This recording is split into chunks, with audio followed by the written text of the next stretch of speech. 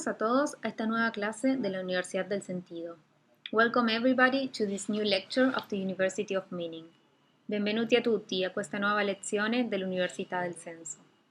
Algunas breves indicaciones antes de empezar. Some brief indications before we start. Alcune brevi indicazioni prima de iniziare. La clase se tendrá en español, pero para todos los que lo deseen tenemos 3 canales habilitados de traducción simultánea. Para activar el audio, tienen que hacer clic en el icono que ven en la barra de abajo de su pantalla con el símbolo del mundo. The lecture will be held in Spanish, but for all of those who wish, we have 3 simultaneous translations channels enabled. To activate the audio, you have to click on the world icon that you see in the bar at the bottom of your screen. La lezione sarà in spagnolo. Per i nostri cari amici italiani abbiamo un canale attivo anche in italiano. Basta che facciate clic sull'icona che vedete nella barra nella parte inferiore dello schermo con il simbolo del mondo. Va a haber un tiempo en la clase para responder preguntas. Todo aquel que durante la conversación quiera escribir algunas preguntas podrá hacerlo seleccionando el icono de preguntas y respuestas en la barra inferior de la pantalla. Después, si quieren hacer su pregunta en vivo, tendrán que levantar la mano cuando comience el tiempo de preguntas y respuestas. There will be a time in class to answer questions. Anyone who wants to write some questions during the lecture can do it by selecting the question and answer icon in the bar at the bottom of your screen. If you want to ask your question live, you will have to raise your hand when the time to answer questions starts. Ci sarà un momento durante la lezione per rispondere alle domande. Chi volesse scrivere le sue domande durante la lezione può farlo selezionando l'icona di domande e risposte che appare nella parte inferiore dello schermo. Quando inizieremo il momento delle domande e risposte, potete fare la vostra domanda dal vivo alzando la mano. Muchas gracias a todos por estar con nosotros hoy. En breve comenzará la clase. Thanks everyone for being with us today. We are about to start. Grazie a tutti di accompagnarci anche oggi, stiamo per iniziare.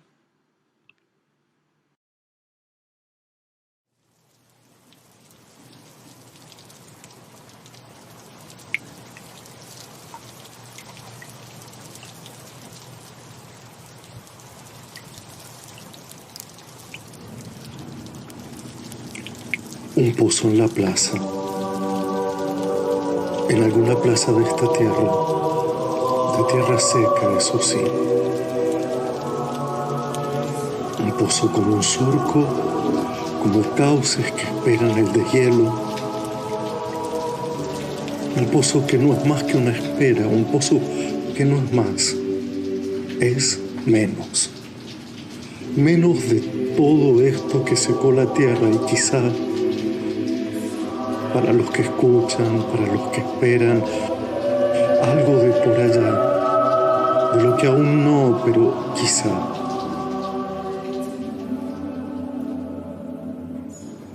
¿De qué se trata la educación si no es precisamente de un pozo? Un silencio entre palabras, silencio que callando termina también por callarlas. Pero espere, me dirán, las palabras no son aquello que del mundo comprendimos. Sería peligroso en ese caso callarlas. Sería callar al mundo, ¿no cree? Lo siento, yo no puse las reglas. Silencio antes de nacer, silencio luego de morir. Y en medio, esto. La existencia de cada uno, la de cada mundo, la de cada tiempo. Pero este silencio que la pre y procede, justamente es aquel que la cede, es decir, que la regala. Deberé cavar la tierra seca que fui hasta conseguir, como diría el Jacob de Robert Balser, volverme un enigma para mí mismo. Para volver a salir y cumplir con la responsabilidad de toda vida, la de expresarse viviendo.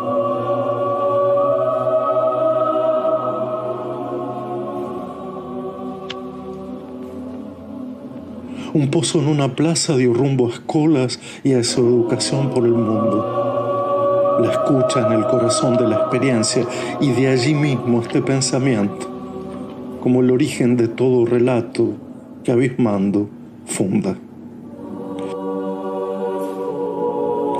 Su educación no será tapar, ni cubrir, ni llenar, como lo hace el asfalto sobre la tierra, sino cavar, vaciar y desasir, para que en algún pozo de alguna plaza, de algún mundo de tierra seca, de alguna existencia cansada, riegue la vida su sentido y un nuevo relato, como el olivo, crezca.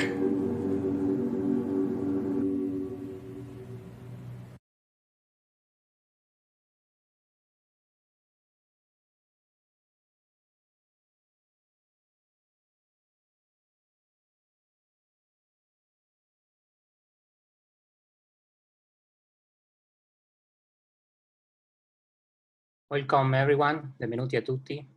We are very sorry, but we had some technical problems with the simultaneous translation in English and Italian.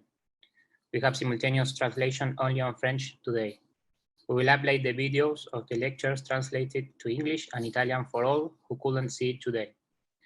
Benvenuti a tutti, ci dispiace di raccontarvi che abbiamo avuto qualche problemi con il sistema di interpretazioni, quindi faremo tutto il possibile per avere la traduzione all'italiano nel video che metteremo poi su YouTube. Quindi ci dispiace. Ahora sí, bienvenidos y bienvenidas a la Universidad del Sentido, de Escolas. No será esta universidad el lugar de las carreras, las competencias y las búsquedas, sino más bien el de la demora, la fragilidad y el encuentro. No será este un lugar de aprendizajes útiles y novedosos, sino de viejas y bellas enseñanzas. Como verán, no sueña Escolas la educación del futuro, sino aquella del origen. Pero tampoco del origen de la educación, del origen mismo. Claro, de esto no tenemos ni idea. De hecho, de esto no tenemos. Esto nos falta, como un pozo en la plaza, en la tierra seca, en la cultura, en la propia vida. Como un pozo en las palabras. Si nos enseñaron a esquivar el pozo, a no tropezarnos inútilmente para llegar rápidamente a alguna parte, nuestro enseñante de hoy es aquel apasionado, capaz de perder el tiempo, como los niños, cavando pozos en la arena. ¿Para ser felices? No. ¿Para ser mejores? Tampoco. Y ni siquiera en busca de agua. Quizás intenten desnudar la playa. Quizás creyeron escuchar algo. Quizás intuyen que este mundo y que esta vida no tienen la última palabra. Tenemos con nosotros al enemigo de la respuesta y el amante de la pregunta. Tenemos con nosotros a Darío Stanraiver, filósofo en tiempos en que pensar parece innecesario, pero sobre todo maestro, profe, enseñante, en tiempos en que enseñar deja de ser una ciencia para volver a ser un arte. Darío, querido, muchas gracias por estar acá con nosotros. Te escuchamos. Qué difícil empezar desde la emoción, pero entre las palabras de Carlos Escliar que escuchaba ahí de fondo y tu presentación, caí en el pozo.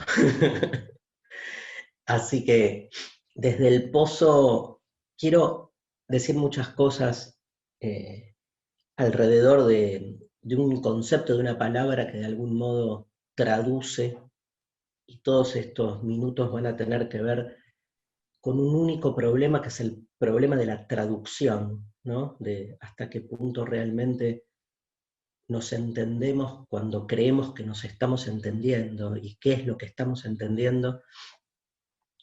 Y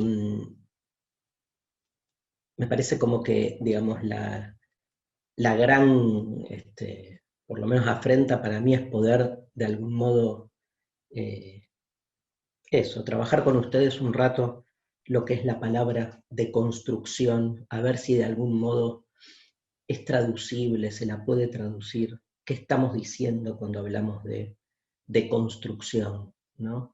Que de algún modo traduce, a esto iba mi manera de hacer filosofía, ¿sí? Y creo que de algún modo es la forma en que hoy el mundo en el que vivimos nos ofrece también de conectarnos con una realidad otra, de conectarnos con lo imposible, ¿sí? Hay una caracterización, no una definición, que encontramos por ahí en la obra de Jacques Derrida, que es el filósofo de la deconstrucción, que es el que nos ofrece el término, nos lo arroja para que con él nosotros hagamos, ¿sí? Traduzcamos, nos peleemos, le faltemos el respeto, lo masifiquemos también. Saben que uno de los grandes problemas que tiene hoy la deconstrucción, paradójicamente, es que todo el mundo utiliza la palabra, generando esta sensación de vaguedad infinita, porque cuando la palabra se vuelve masiva se pierden sus contornos. Tal vez el gran problema de la academia siempre ha sido su relación con lo popular, su relación con el vulgo, ¿no? Con su carácter divulgatorio.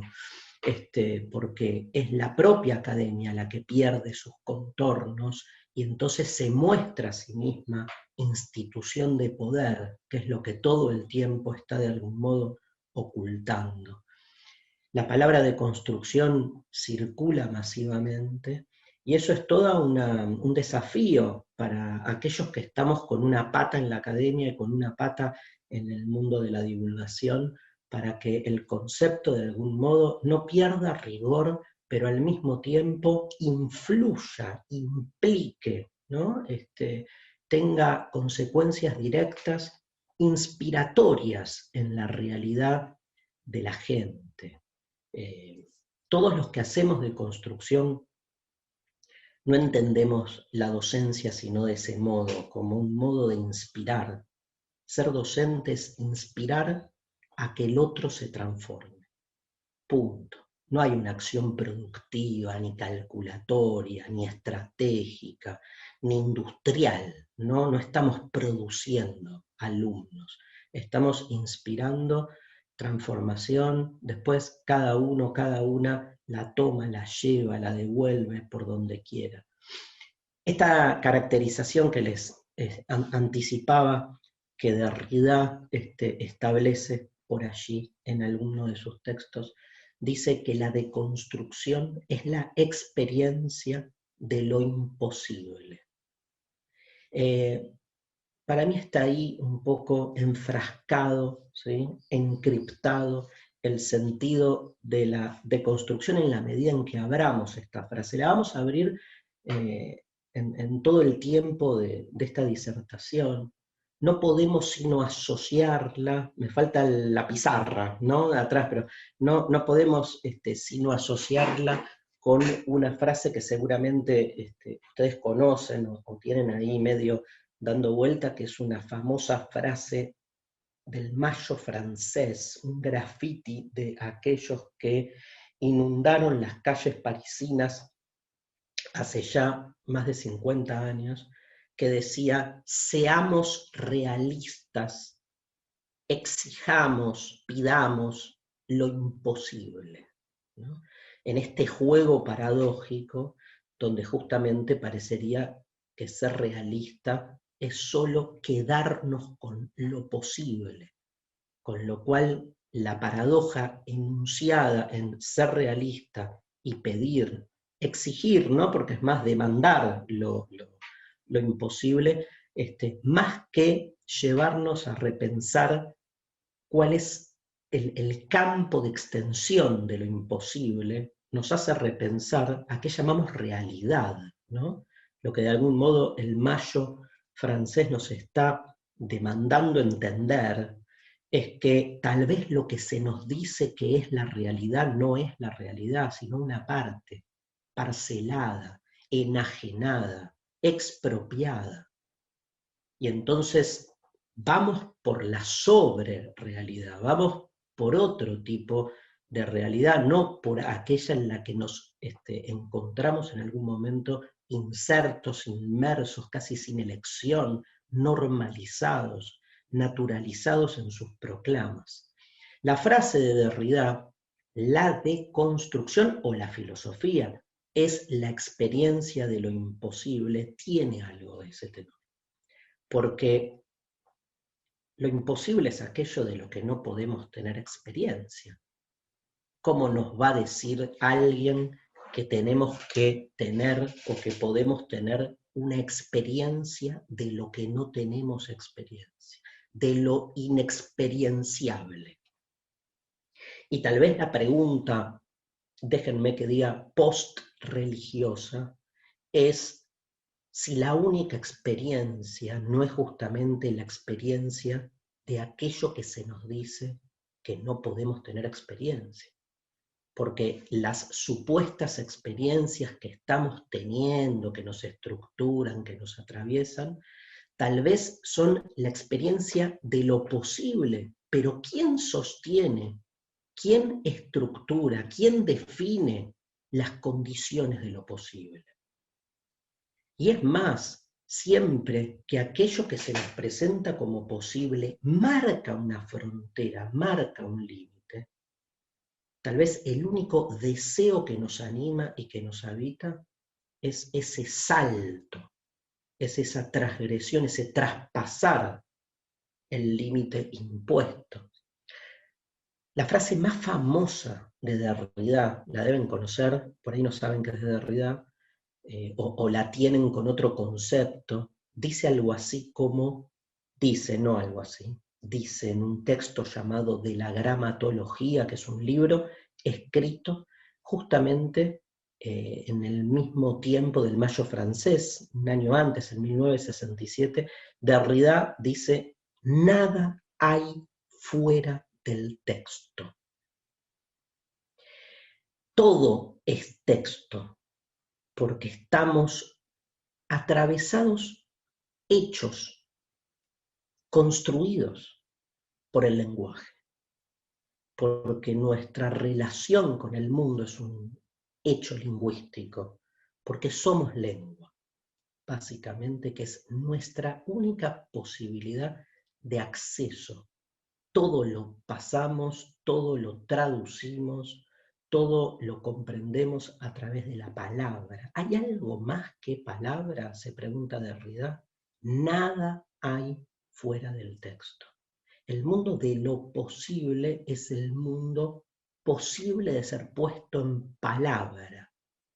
El mundo de lo imposible es esa nada que hay afuera del texto. Y aunque Derrida nos está diciendo que nada hay fuera del texto, a nosotros lo único que nos importa es esa nada que hay. Porque lo que hay adentro del texto, ya lo sabemos, está dentro de la experiencia de lo experienciable.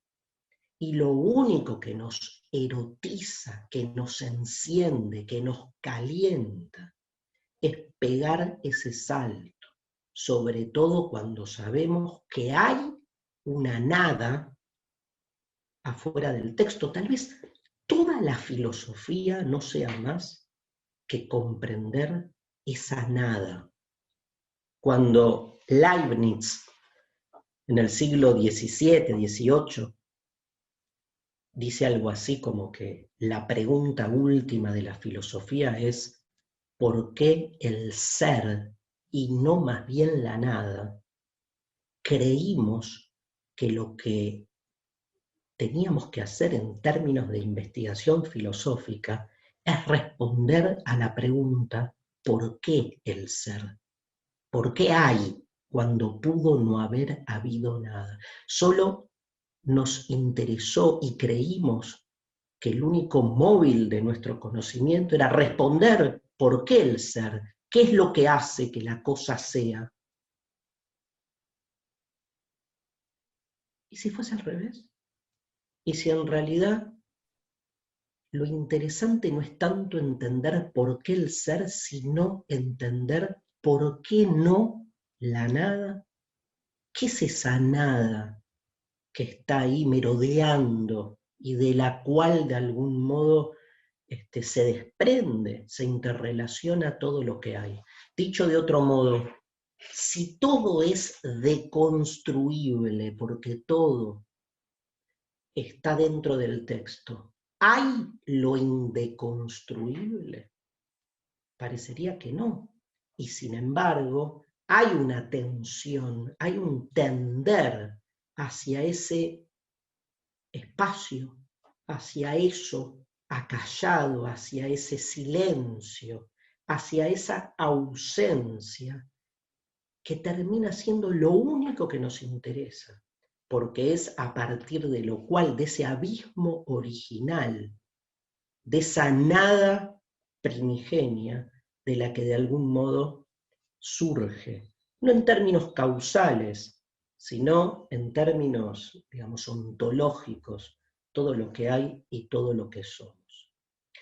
Lamentablemente, la palabra deconstrucción ha sido puesta en otro lugar, sobre todo en tiempos donde vivimos una reacción conservadora muy fuerte, que, como suele suceder, hace de las palabras y de los conceptos, los radicaliza y los estereotipa en un lugar, más que para denostar al que no piensa como uno, para autoafirmarse en su lugar y marcar los límites de sus propias posiciones. Yo creo que la revuelta conservadora hoy existente tiene que ver un poco con eso, y no es casual que haya hecho de la deconstrucción uno de sus chivos expiatorios favoritos, más cuando la palabra está asociada a la cuestión de la identidad, porque esa canilla que se abre, como decimos acá en Argentina, abrís la canilla y se te inunda el rancho. Entonces, cuando abrís la canilla de la deconstrucción, ya no solo empezás a deconstruir textos, así surge el término en la propuesta de Derrida, sino que empezás a deconstruirte a vos mismo en tus relaciones identitarias básicas, sobre todo para aquellos que entendemos que somos texto. Entonces, si la deconstrucción es un hecho del texto y nosotros somos texto, obviamente se trata de ver de qué modo nos deconstruimos a nosotros mismos. Y de algún modo el conservadorismo, todo conservadorismo a lo largo de los tiempos, trata siempre de aferrarse a lugares supuestamente incólumes, provenientes de cierto orden natural, de los que sería imposible para ellos algún tipo de movimiento, de desplazamiento o de desestabilización. Los que abogamos por la deconstrucción no es que no le tememos a la desestabilización, porque entendemos que toda deconstrucción es destituyente. Lo que sí creemos es que el temor y el temblor son constituyentes de nuestra existencia. O sea, no es que decimos que no hay desestabilización o la vivimos livianamente. Al revés, creemos que vivir livianamente la existencia es no conectar con las angustias existenciales y creer que la identidad termina resuelta en órdenes prefijados, privilegios de clase, de género, y sobre todo en un mundo de consumo generalizado que confunde permanentemente la búsqueda de mi propio sentido con el sentido mercantilizado de los productos que se nos venden. Parece que ahí hay una diferencia que es la que de algún modo suscita nuestra búsqueda de la deconstrucción. Y en ese sentido, dos cuestiones mínimas como para salirnos un poco de esta lectura, digamos, conservadora sobre la deconstrucción. Primero, deconstruir no es destruir. Básico, que es lo primero que se coloca, ¿no? como primordial. Quiero decir algo antes que se me escapó. Hay un texto de Derrida que se llama Carta a un amigo japonés, que está en un libro que lo debo tener por acá, llamado Psique. Acá está. Psique. Aquí, en este libraco, está este artículo que se llama Carta a un amigo japonés, que básicamente Derrida le quiere traducir la palabra deconstrucción a un amigo japonés y le dice, tenemos un doble problema, que es no solo cómo traducir el término al japonés, ya que el lenguaje construye sentido, y entonces la traducción implica siempre una falta o un exceso, pero nunca una equivalencia. Y segundo, que de por sí la palabra deconstrucción es intraducible en su sentido, o sea que no solo tengo el problema del idioma, sino que tengo el problema del término.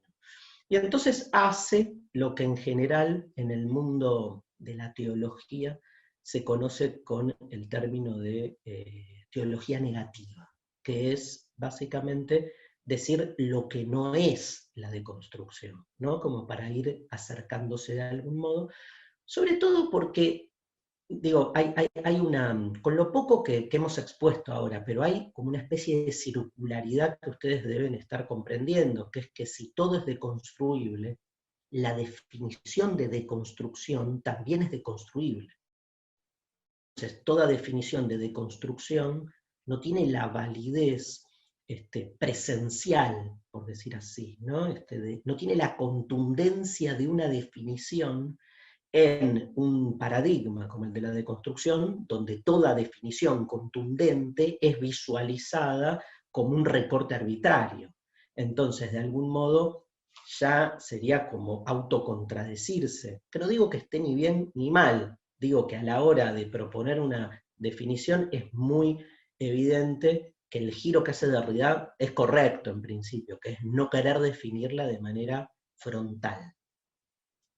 Y entonces el texto es un texto de 4 o 5 páginas, léanlo, es simple, está muy bien, digamos, y es emotivo también, volviendo a la emoción, porque quiero decir algunas cosas de lo que no es la deconstrucción. Por ejemplo, que no es destruir, y esto es, de algún modo, dialogar con el conservadorismo. Cuando, por ejemplo, cuando se escucha la deconstrucción de la familia. Acá no estamos destruyendo la familia. Acá lo que estamos es descentrando una única forma de presentarse el acontecimiento familiar en términos hegemónicos. O sea, una cosa es destruir la familia, otra cosa es destruir la idea de que hay una única versión de la familia que además se catapulta y se presenta hegemónicamente como si fuese la natural, la correcta, la normal. O sea, deconstruir no solo no es destruir, es al revés. O sea, es emancipar todas aquellas versiones del acontecimiento analizado que por distintos motivos han quedado soterrados, han quedado debajo de la alfombra. Todas aquellas versiones que han sido puestas por debajo para que la versión oficial aparezca como única. En latín, versiones que quedan por debajo, saben que da subversión. Con lo cual, la deconstrucción no puede sino ser una práctica subversiva, porque lo que hace justamente es mostrar esas versiones que por algo han sido desterradas. Y la palabra subversión, y más en la Argentina, tiene mucha historia, porque las palabras tienen historia. Y por eso no es tampoco casual que el conservadorismo se la tome con la deconstrucción casi como un acto demoníaco, ¿no? Así, espurio. Me quiero detener en esa caracterización un minuto, porque mientras Ezequiel me presentaba y escuchaba un poco las palabras de Carlos. Recordaba esto, recordaba dos ideas de Derrida, se me vinieron ahí rápidamente al corazón, no a la mente, al cuerpo, ¿sí? El corazón, que es parte del cuerpo, la mente, que es parte del cuerpo. Nadie sabe todavía lo que puede un cuerpo, decía Spinoza, lo que puede, saber y poder. Nadie sabe lo que puede un cuerpo. Y entonces me venían estas dos imágenes, sobre todo frente a esta idea de lo que no es la deconstrucción, porque la homologación del acto de construcción con algo espurio, con algo así despojado de emoción, ¿no? Como el que viene y destruye todo en una especie de jarana, ¿no? de situación absolutamente superficial y lasciva, ¿no? Dos ideas de Derrida. Derrida dice el ojo, en un texto que se llama Memorias de Ciego. Dice, ¿cuándo empezaremos a subvertir, o sea, a repensar el rol del ojo, nuestro acceso a qué? Porque hace miles de años que en la cultura occidental creemos que el ojo es el lugar por donde vemos, y más en una cultura visual como la nuestra, y en una religión visual también. Porque de algún modo en ese pasaje entre judaísmo y cristianismo hay un pasaje del oído, ¿no? Dios se presentaba más al oído en el Antiguo Testamento y luego en el Nuevo Testamento aparece ya lo visual, ¿no? Desde la figura del Cristo en términos directamente visuales. Derrida dice, por el ojo no solo se ve, por el ojo se llora. Y tal vez es mucho más interesante comprender quiénes somos en términos existenciales, no tanto en relación a lo que vemos, sino a lo que lloramos. Las lágrimas, tal vez una de las categorías menos filosóficas en principio, y sin embargo, desde donde se expresa una relación de sentido. Yo escuchaba las palabras de Carlos con la música que metieron ahí directo al corazón y me saltaban lágrimas, aparte te saltan las lágrimas, ¿no? No son calculadas, salvo para el que tiene ese don que le auguro el dominio del mundo, ¿no? Porque el que puede, obviamente, manejar su llanto, maneja la emoción universal, pero es impresionante esa lectura del ojo como deconstrucción. Ahí tienen un acto de deconstrucción. Tenemos tan seteado que el ojo tiene que ver únicamente con la vista. Hay una versión que se impone sobre otra. Y sin embargo, la lágrima te conecta, ¿no? También con otra versión del sentido, donde no todo es explicable, por eso hay lágrimas. El llanto irrumpe ante la manifestación de un dolor, de una tristeza, de una alegría, de una conmoción que la estructura gramatical no puede ni traducir, ni contener, ni nada. Ni nada. En un momento llorás. ¿No es conocimiento el llanto? ¿Realmente seguimos creyendo que conocer es abrir el diccionario y definir analíticamente conceptos? Esperen que tengo un problema de batería. Mucho llanto, ahí está. Hay enchufe. La segunda imagen que se me viene es la relación de Derrida con lo que fue su última etapa, que en la última etapa él se mete con el tema de la hospitalidad, obviamente, se mete con un tema muy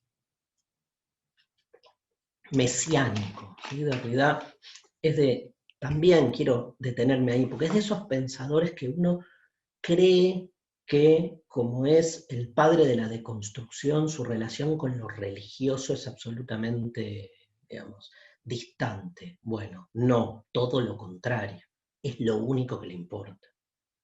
Pero es lo único que le importa, porque lo que hace, y tal vez también se entienda desde este lugar, es deconstruir los formatos institucionales de una religión que en nombre de lo religioso no ha hecho otra cosa que traicionar la vocación originaria de la pregunta.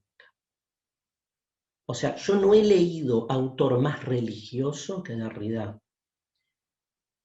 Y en ningún momento Derrida dice sigo el dogma, creo en Dios o cosas por el estilo.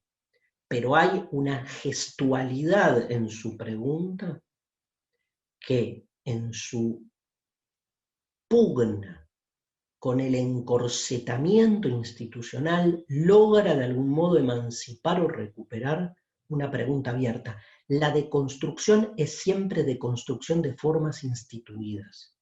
Lo que se busca, que es lo indeconstruible, obviamente es algo que no puede ponerse en la palabra, porque si es puesto en la palabra o es institucionalizado, deja entonces de ser ese espacio abierto de preguntas, ¿no? Digo, Derrida trabaja muchísimo la cuestión de Dios, de hecho, tiene un texto que se llama Salvo el nombre, que es una belleza donde lo único que le preocupa es la cuestión del nombre de Dios.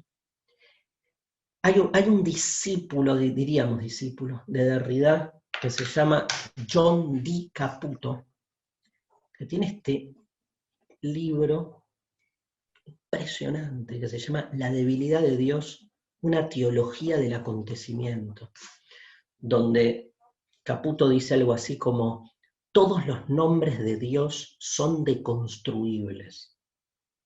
Visualizamos desde dónde están puestos, qué buscan, qué propósito hay, a qué intereses responden. ¿Eso significa que no hay un Dios? No, todo lo contrario. Eso significa que lo indeconstruible, que es Dios, si lo hay, es el que todo el tiempo nos está alertando que todos los nombres de Dios no son más que encorsetamientos institucionales. Ahora, ¿puedo tener acceso una vez que deconstruyo los nombres de Dios? ¿Puedo tener acceso a ese Dios?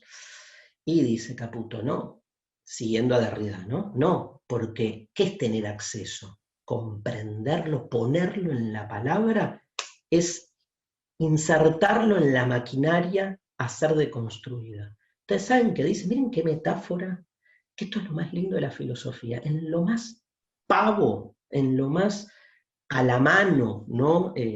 Esas categorías que están permanentemente alrededor nuestro, a veces se te habilita pedagógicamente un mundo. Él dice, mi relación con Dios es que cada vez que voy a Él lo tengo en la punta de la lengua, dice. Y déjalo ahí y bancate, ¿no? Esa sensación inestable de que tu vínculo con Dios está siempre a punto de ser palabra, pero que no pase, porque cuando pasa a ser palabra, cagaste, pasa a ser palabra y entonces entra dentro de un sistema normativo, institucional, y detrás viene toda la administración, digamos, propia de la economía de lo mundano hecho celestial, ¿no? No. O sea, quedémonos. A mí me encanta esa imagen, me encanta llevarla a otros lugares, como el amor, ¿no? El amor siempre está en la punta de la lengua. O sea, cuando le podés decir a alguien por qué lo amás o la amás, bueno, o sea, ya no la amás, ¿no? Claramente, porque si has logrado traducir en una receta racional, digamos, el hecho del amor. El amor está siempre en la punta de la lengua, ¿no? Y por eso el beso, porque de algún modo buscas que se transmita desde un lugar que también se te escapa. también el beso, ¿no? Si el ojo, como decía Derrida, es más llorar y menos ver, la boca es más besar y menos hablar, ¿no? Porque por la boca se habla, se besa y se come. Y quiero ir a este tercer verbo, porque en la última etapa, Derrida se mete con la cuestión animal. Siempre es muy lindo ver cuáles son los últimos temas de los autores para ver por dónde la cosa hubiese seguido, y de hecho muchos de sus discípulos van por ahí. Los dos últimos temas de Derrida son cuestiones de identidad sexual, que después toda la filosofía de género y el feminismo, por suerte, han agudizado y trabajado esas categorías, y la otra es la cuestión animal.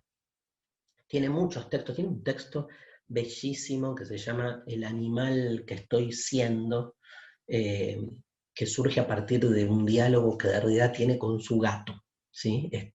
Sale de ducharse, ve que el gato lo está mirando, y bueno, se escribe 200 páginas acerca de la relación entre el humano y lo animal, ¿no? Y ahí de nuevo la pregunta. Él dice, históricamente, vemos lo que es deconstruir, ¿no? Digo, históricamente, siempre pensamos nuestro vínculo con el animal a partir de la pregunta si los animales piensan o si los animales hablan. Y desde allí hemos generado, hemos construido una frontera. Esa frontera no está visible en tanto frontera artificiosa, o sea, una frontera que de algún modo supone la imposición de un criterio. La vemos como algo natural. Bueno, el ser humano y los animales los vemos como como una especie, la humana, por un lado, y el resto a nuestro servicio, porque así dice la Biblia, porque así dicen los textos de los filósofos. Ahora, esa frontera está construida. Cuando deconstruís, básicamente lo que mostrás es que la mayoría de los conceptos normalizados que concebimos, justamente normales, naturales, macizos, cerrados, son todos efectos y productos de una construcción. Por eso deconstruir es como desarmar, mostrar el ensamblaje que ha ido constituyendo categorías que se nos han vuelto del sentido común y dejamos de visualizar su historia. En la diferenciación tajante entre el humano y el animal hay una política en juego, o sea, hay una decisión de establecer ese límite, que no tiene ningún tipo de basamento más que el basamento de la arbitrariedad. Porque, tenemos un ejemplo, digo, hoy, sobre todo para aquellos que dicen, Darío, ¿qué decís? Es tan obvio que el ser humano no tiene nada que ver con el mundo animal, y la prueba es cómo lo hemos hecho a nuestra imagen y semejanza y lo dominamos como queremos. Mirá vos, contáselo al COVID-19, que nos creemos los dueños de la naturaleza y viene un virus y nos da vuelta. Un virus. Y nos creemos los dueños de la naturaleza, ¿sí? Bueno, deconstruyamos lo supuestamente no construido, porque lo que se te presenta como no construido. Dice Derrida, basta de pensar si la frontera con el animal es si los animales piensan. ¿Por qué no nos preguntamos más bien si los animales sufren? Porque si cambiamos el criterio y la frontera no está en la capacidad de pensar en el logos, ¿no? En el logos griego, en el logos europeo, sino en el sufrimiento, ¿qué cambia, gente? El orden. Se desordena un mundo y se reordena de otros modos posibles. Entonces, ¿qué tiene ahí? Digo, en este acto de deconstrucción vemos y nos preguntamos por eso, ¿qué tiene de superficial la deconstrucción? Nada, todo lo contrario, ¿no? Creo que estoy llegando a mi tiempo, con lo cual voy a ir cerrando. Vos, Ezequiel, haceme una seña cuando sea el... Yo puedo hablar hasta Navidad directamente de este tema, con lo cual puedo deconstruir la Navidad también, pero mejor no, porque necesitamos, después de un año tan duro, un poco de amor, ¿sí? Y de abrazos. Lo dejo para el final esto. Entonces, 3 palabras con las que asociar la deconstrucción. Deconstruir es desarmar, entonces dijimos, ¿no? Es desarmar algo que se nos presenta como no fruto de un armado. Entonces genera conmoción, obviamente, porque, digamos, por eso la deconstrucción traduce muy bien una idea nietzscheana, que es la idea del martillo. Nietzsche decía, solo se puede hacer filosofía a martillazos. El martillo, más que pensarlo como una especie de punk que sale a romper todo, que habría que repensar una de las filosofías más fascinantes del siglo XX, que es la punk, que también nos quedamos con una idea pequeña del salvajismo, ¿no? Del rock, y en realidad todo lo que se juega en esa especie de lectura de la cultura del mundo punk es fascinante. Pero digo, el martillazo lo podemos pensar de muchos modos. De hecho, Nietzsche piensa el martillo en uno de sus textos, lo asocia con el médico, que lo que hace es auscultar con el martillo, digamos, hasta qué punto, digamos, hay en nuestros cuerpos contenidos y no reflejos vacuos, ¿no? Digo, el martillo está auscultando. Ídolos vacíos, dice Nietzsche. Derribar ídolos, dice Ecce Homo. Esa es la única tarea de la filosofía y del martillo. No es muy distinto al texto religioso, donde claramente el Dios único, más que presentarse a sí mismo propositivamente, lo primero que nos dice es, derribemos ídolos. Y si uno recuerda esa lectura talmúdica en la cual Abraham entra en la tienda de su padre, Teraj, y ve todos los ídolos de piedra, y lo que hace es destruirlos a todos, ¿sí? Destruirlos a todos una vez que recibe la llamada. Y después Teraj vuelve y le dice, me has roto todos los dioses, ¿no? Y Abraham, no lo dice así el texto, ¿no? Pero uno se queda con, pero un Dios no es destruible, evidentemente la confesión, me has destruido todos los dioses, no eran dioses. Y no importa, digamos, en qué cree Abraham. Lo que importa es que de algún modo sabe con qué pelearse, ¿no? Cuando Sócrates se da cuenta de su misión, cuando el oráculo de Delfos lo señala, Sócrates se empieza a pelear contra todos aquellos que se creen dueños de la verdad. ¿Saben por qué? Porque Sócrates se da cuenta que si hay una verdad no está en este mundo.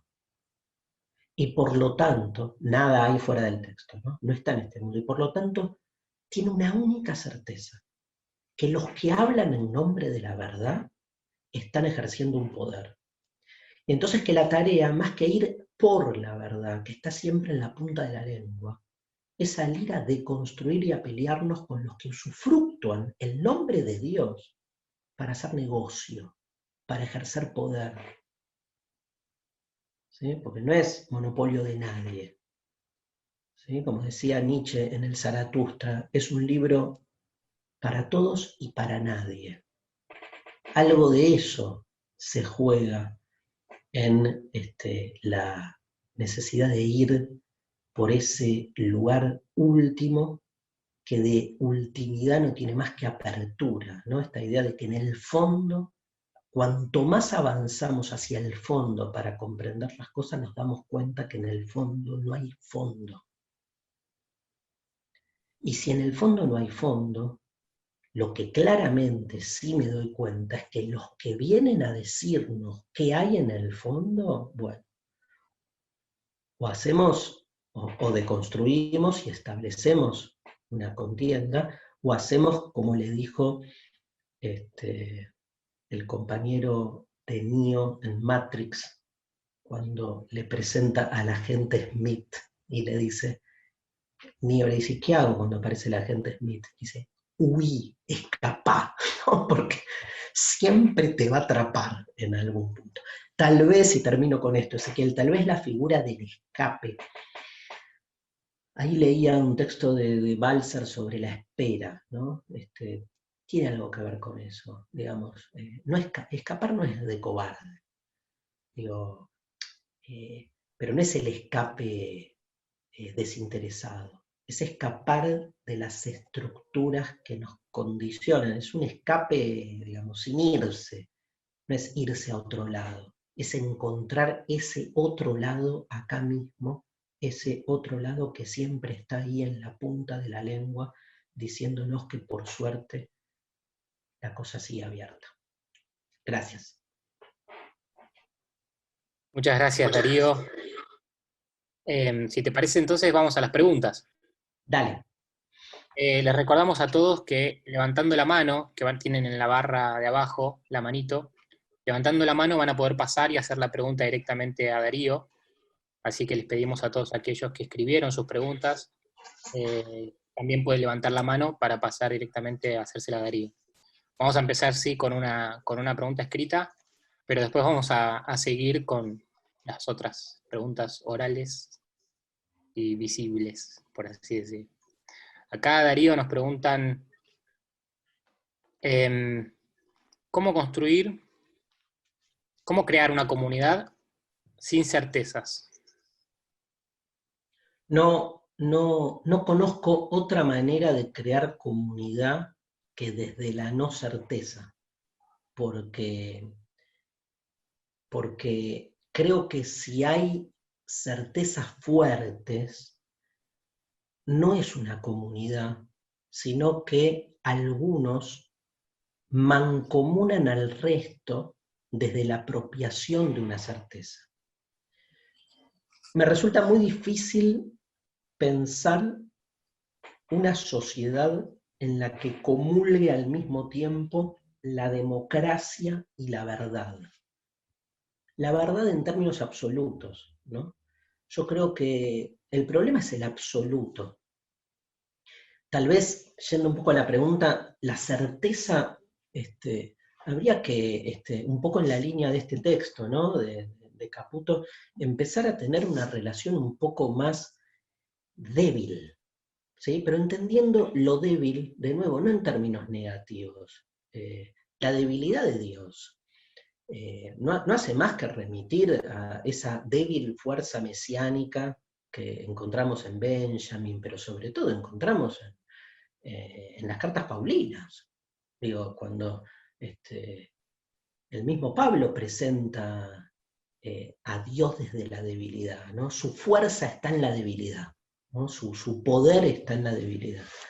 Y entonces, ¿por qué seguir creyendo en la necesidad de estructuras fuertes cuando esa fuerza, de algún modo, entre otras cosas, dinamita que el ojo llore, ¿no? o dinamita nuestro vínculo amoroso con el mundo viviente no humano, por dar dos ejemplos, o nuestra forma de relacionarnos con el amor? Yo creo que la comunidad, obviamente, creo en una comunidad que priorice al otro, que me parece que lo más interesante, ¿sí? Estuvo Espósito hace 15 días aquí. Espósito tiene un desarrollo de la idea de comunidad a partir del munus, diciendo que la comunidad justamente tiene que ver no con lo que tengo en común con el otro, sino al revés, de qué manera poder construir con la diferencia, desde una ausencia, desde una falta, que no haga que esté entonces permanentemente monopolizando el sentido y desotrando al otro. ¿Sí? La comunidad es siempre del otro para mí. Y entonces es clave la ausencia de absolutos. Recuerden la etimología de absoluto. Absoluto significa que no queda nada suelto. ¿Podés construir comunidad si no queda nada suelto? Tenemos con nosotros a Alan. Alan, bienvenido. Te pedimos de activar el micrófono y escuchamos tu pregunta. Hola, ¿qué tal? Bueno, un saludo desde México. Sigo bastante su trabajo, Darío. Y bueno, me salieron bastantes como preguntas, ¿no? Igual tal vez se respondan fácilmente, pero me están cayendo. La primera es, al momento de hablar de la deconstrucción con una relación a la identidad, ¿no? Una parte que nos identifica, ¿cómo al día de hoy hay una relación entre la deconstrucción y lo políticamente correcto? Ahí no hay una brecha en la que se podía caer en una, o recaer en una hegemonía o incluso dogma, por así llamarlo, a través de lo políticamente correcto. Y me salió otra pregunta, que es, bueno, es un poco más abstracta, creo yo, que es, ¿se tiene que entender o vivir algo para deconstruirlo? ¿O primero se deconstruye algo para poder comprenderlo? Y es todo. Muchas gracias. Bueno, la primera, ya tomo tu introducción a la pregunta. La primera me resulta fácil, la segunda no, de tus preguntas. Así que voy a hacer lo que se hace en estos casos, que es contestarla fácil, ¿no? Primero. Claramente estoy de acuerdo, no solo con lo políticamente correcto, sino, voy por más de tu pregunta. Si la deconstrucción vuelta a moda se vuelve el discurso hegemónico, claramente la construcción pierde sentido, ¿no? En algún lugar, cuando Derrida dice que es indefinible, me parece que, aunque sea en lo conceptual, plantea un poco el eje. Entonces, es, de alguna manera, los sectores conservadores, ¿sí?, asocian mucho a que hoy ser progresista es estar con la deconstrucción, y entonces terminás de algún modo marcando una hegemonía. Yo creo claramente que la deconstrucción es un efecto reactivo frente a un ordenamiento previo que permanentemente lo que sostiene es la necesidad de una estabilidad que se impone como única, ¿no? O sea, siempre vas a deconstruir en la medida en que hay construcciones que se presentan como únicas.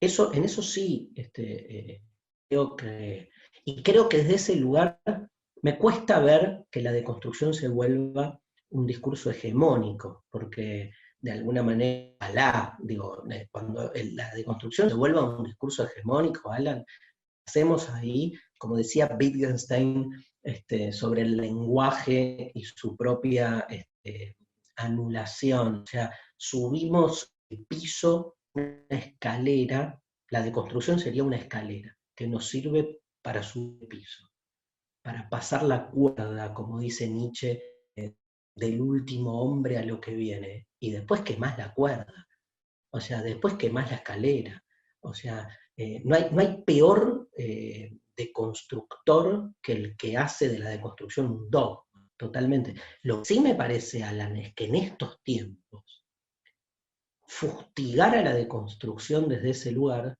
es de algún modo, digamos, minimizar el efecto que todavía tiene muy fuerte en nuestra sociedad los discursos hegemónicos. Entonces, primero, ¿no?, que se distiendan los discursos hegemónicos y después vemos qué hacemos con la deconstrucción, porque si no es como que estamos matando a la posibilidad de un mundo más democrático, ¿sí?, antes de que de algún modo se haya generado un giro.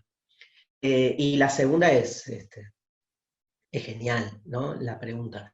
Te diría, uno puede pensar, si uno parte de que la deconstrucción siempre es una reacción, Entonces, vos siempre estás inserto en una red de sentido previa y que de algún modo, a partir de un momento, esa red de sentido empieza a colapsar. O sea, primero sabes, primero te insertás en un sistema de significados y después lo empezás a deconstruir.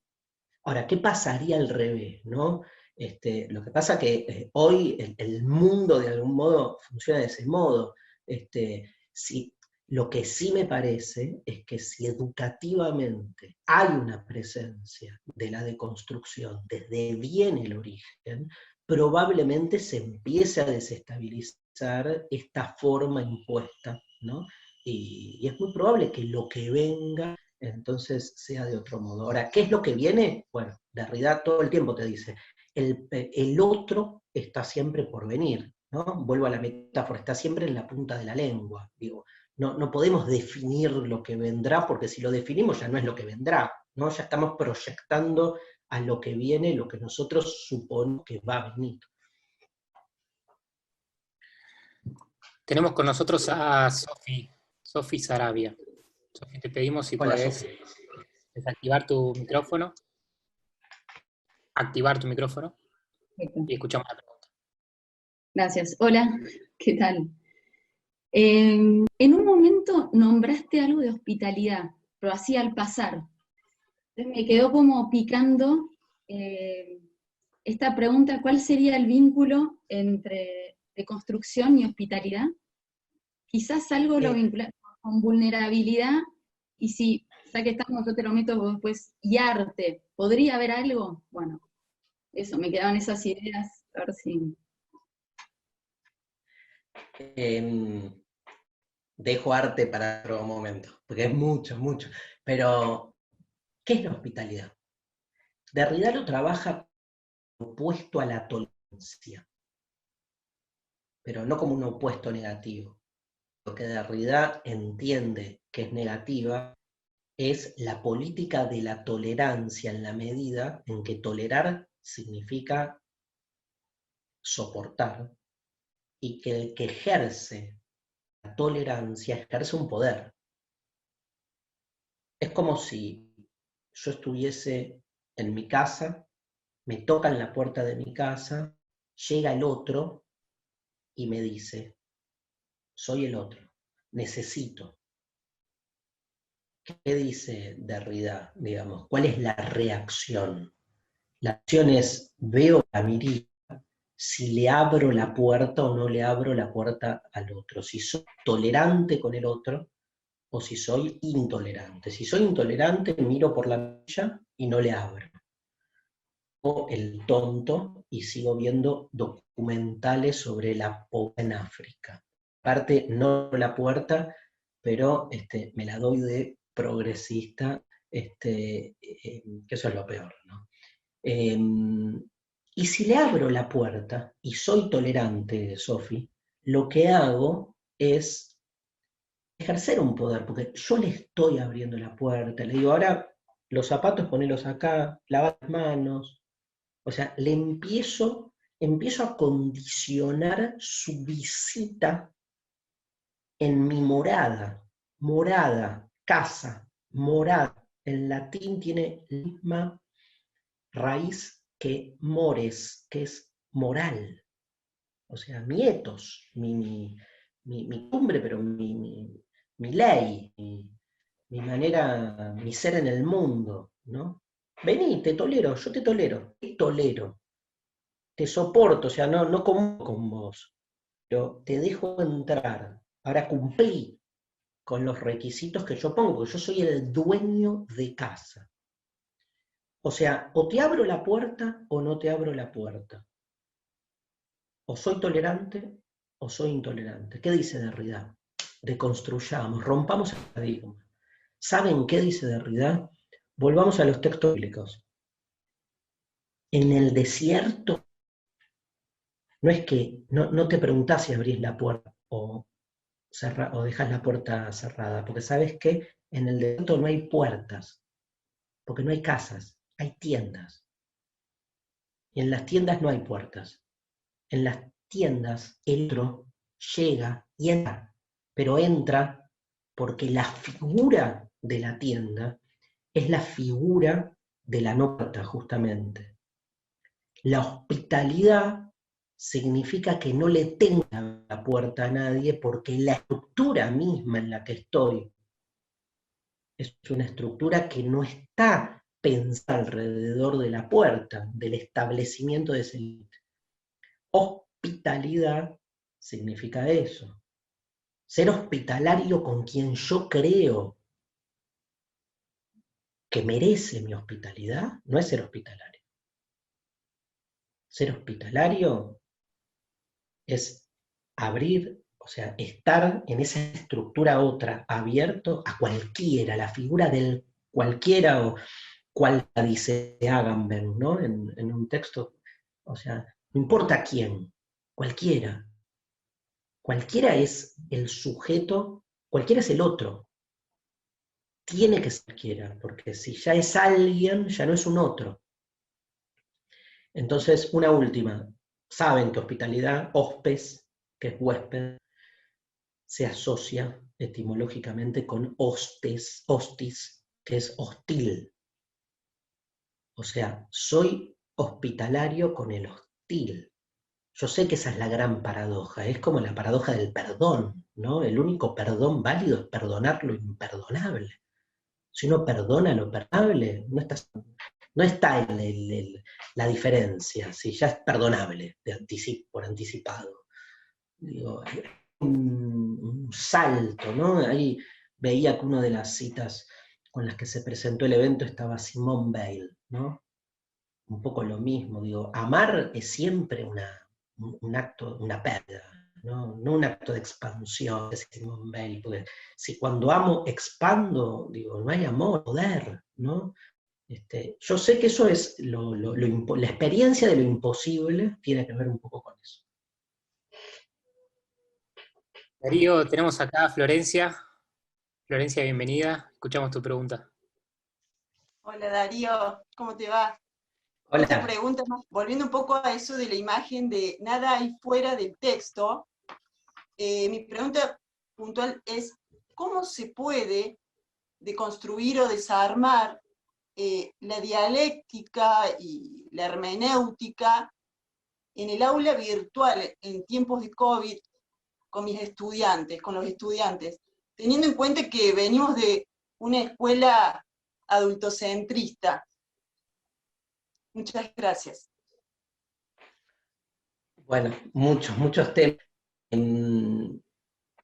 Yo creo que es de nuevo como en todo, yo creo que es una gran posibilidad el aula virtual para repensar qué es un aula. Creo que si entramos en el dispositivo de pensar el aula virtual como un reemplazo del aula presencial, o sea, no estamos de algún modo capitalizando algo que no elegimos, pero bueno, nadie eligió vivir tampoco, y estamos capitalizando, por llamarlo de algún modo, la existencia de alguna manera. Entonces, nadie eligió el COVID. Ahora se dio, perfecto. Es lo que en filosofía se llama un acontecimiento, que la deconstrucción tiene una relación directa. O sea, algo sucede. Si estás deconstruido y abierto, eso que sucede te moviliza, te desplaza. Si estás cerrada sobre vos misma, ¿no? Como persona o como institución, ¿no? Florencia, digo, no solo como persona, pero la cerradez hace que uno ni lo visualice. Estar cerrados hoy es creer que en el confinamiento tenemos que ser tan productivos como antes, o creer que un aula virtual es un reemplazo exacto del aula presencial, o que el sexting es una manera de relacionarnos sexualmente que reemplaza el cuerpo a cuerpo. Y no, o sea, pero el problema es la matriz. Es como pedirle, nada que ver esto, ¿no? Pero es como pedirle a la ciencia el milagro de la vacuna. ¿Cómo le vas a pedir un milagro a la ciencia? O sea, ¿cómo estás pidiendo por favor que aparezca la vacuna, digamos? Es otra lógica. Digo, la ciencia es otra cosa, trabaja de otra manera, prueba, por ahí la vacuna va a servir, después no, después hay una modulación del virus que hace que la vacuna no sirva, yo qué sé, es otro el dispositivo, ¿no? Pero ¿qué hacemos? Nos es más fácil la cosa milagrera, y llevamos a la ciencia para un lugar que no es el suyo. Bueno, acá hay algo de lo mismo, o sea, veamos qué nueva perspectiva amplía la vida. Y no pensemos el aula virtual como reemplazo. Obvio que es otra cosa. Ahora, cuando volvamos a las clases presenciales, por suerte, habremos tenido la experiencia del aula virtual. Y de alguna manera eso va a hacer que nuestra relación pedagógica, creo, haya crecido. Esto es interesante. Y en relación al aula virtual misma, si uno no le pide el reemplazo, entonces qué nuevas formas nos estamos pudiendo probar, por decirlo así, en esta experiencia que está sucediendo. Darío, tenemos a Carol de Panamá. Carol, bienvenida. Hola, Carol. Hola. Escuchamos tu pregunta. Quería preguntarte que si nosotros sentimos tantas cosas cuando expresamos, cuando lloramos, y a veces no se tienen que expresar precisamente en palabras.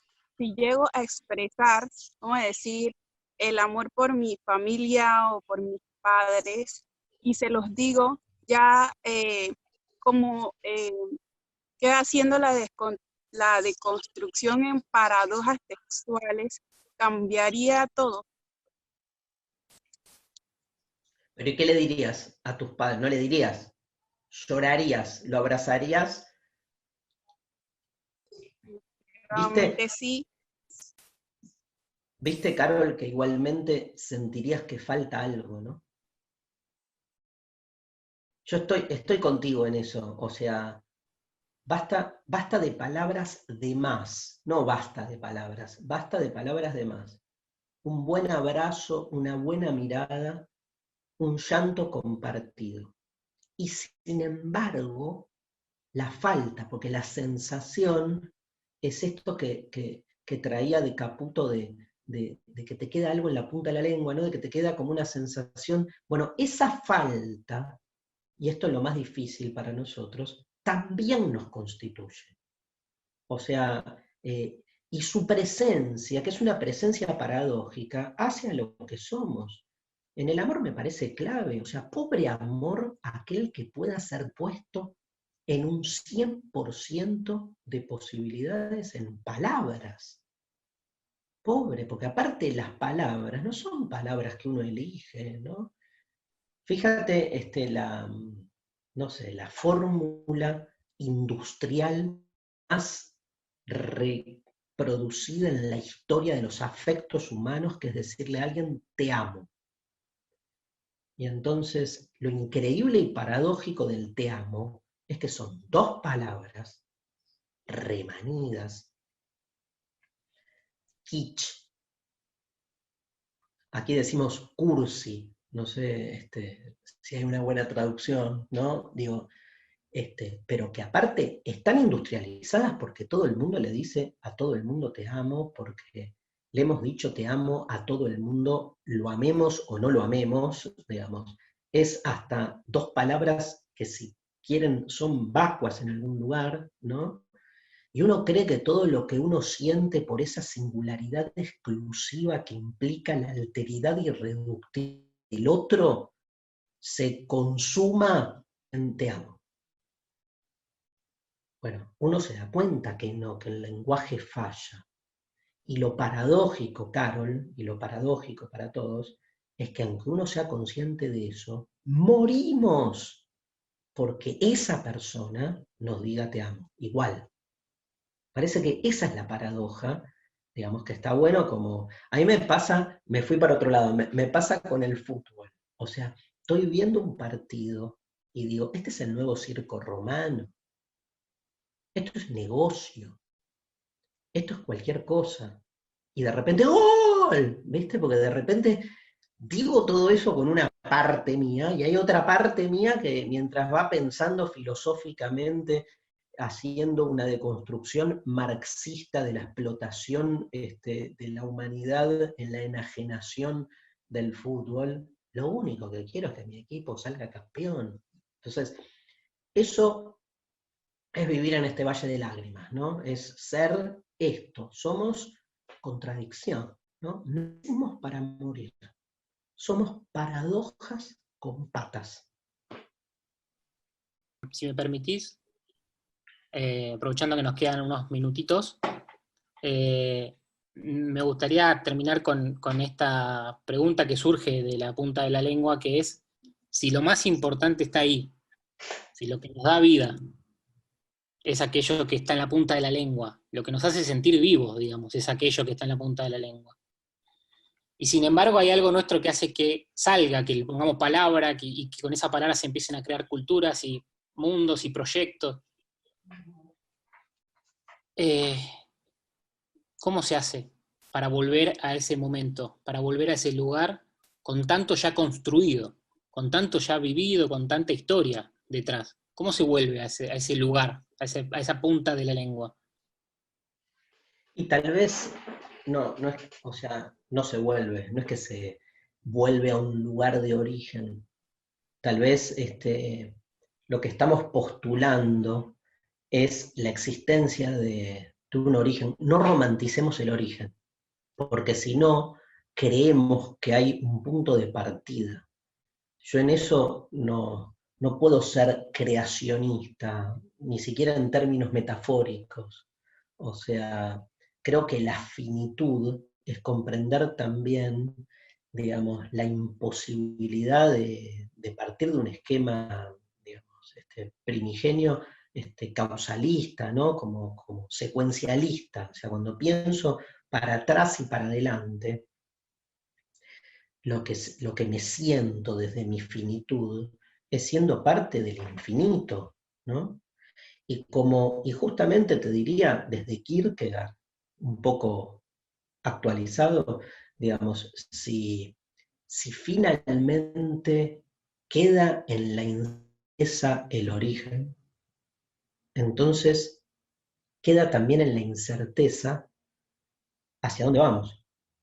Ahí se agarraba Kierkegaard para sostener su esperanza. Él decía, yo tengo esperanza porque así como no sé de dónde vengo, entonces tampoco hay certeza hacia dónde voy, ¿no? Por eso tengo esperanza, porque la lógica indica que me vuelvo carne de gusanos. Esa indefinición del origen me hace también estar abierto a lo que viene. Yo, que soy más hebreo, ¿sí? Más que esperanza, sigo en la espera, digamos, ¿no? Y a veces lo que me pasa con la esperanza es que siento que hay mucha fórmula de la esperanza, y que a mí lo que me hace ruido, creo que a la deconstrucción en general lo que le hace ruido son esos formatos de la esperanza que se nos presentan, ¿no? Como los mercaderes del templo, digo, con una lógica utilitaria, farmacológica, siempre que la religión, la filosofía o el arte se nos vuelvan fármacos, entonces pierden algo de su sentido originario, que es el temor y el temblor, el estremecimiento. Digo, es eso que preguntaba Carol desde Panamá, ¿qué me pasa con la familia? Me estremezco, ¿no? Entonces, no es volver a una certeza, en todo caso, te diría, Ezequiel, es volver al estremecimiento, ¿no? O sea, ¿cuánto perdimos de esa sensibilidad para con las cosas? Estremecerse simplemente, ni siquiera por el hecho de ver un atardecer, que sería la fácil, estremecerse únicamente por estar siendo, ¿no? Como decía Epicuro, no hay placer más grande que el placer por la existencia. Ahora, no podemos sino ponerle palabras, fórmulas, recetas. Creo que deconstruir es recuperar un poco eso. Y empezamos para terminar, Darío. Así Y que empezamos para terminar, tal cual. Pero esto queda en YouTube, ¿te das cuenta? esto va a quedar. Bueno, no, gracias, sobre todo gracias. Por Y favor, un placer. nos encantaría volver a encontrarnos alguna vez. Sabemos que hay muchas preguntas que quedaron por ahí en el aire, y aparte mucha gente del mundo italiano, del mundo en inglés, que le encantaría también poder conversar con vos. Así que, Ok. así que bueno, pero por ahora vamos terminando. No queríamos irnos sin antes repetir un momento que dentro de Escolás se fue tornando una especie de ritual, que tiene que ver con el qué te pa, le decimos nosotros, el qué te pasó, que nació en la experiencia con los jóvenes de diferentes lugares del mundo, y que es la pregunta de lo imposible, justamente. Es la pregunta de atrapar lo inatrapable, que es aquello que nos transforma. Entonces, es la pregunta que no tiene que ver con la información, sino con la pasión, y es una pregunta que no tiene que ver con lo que dijo Darío, o qué entendí de lo que dijo Darío, sino qué me pasó con lo que dijo Darío. Vamos a estar poniendo un link, ahí aparece en el chat, en la barra de abajo. Les vamos a pedir a todos, entrando en ese link, van a poder escribir en una especie de mural virtual, una especie de pizarrón, de pizarra, volviendo al aula, de alguna manera en la nostalgia, para escribir qué les pasó con las palabras de Darío, con los silencios. ¿Qué les pasó?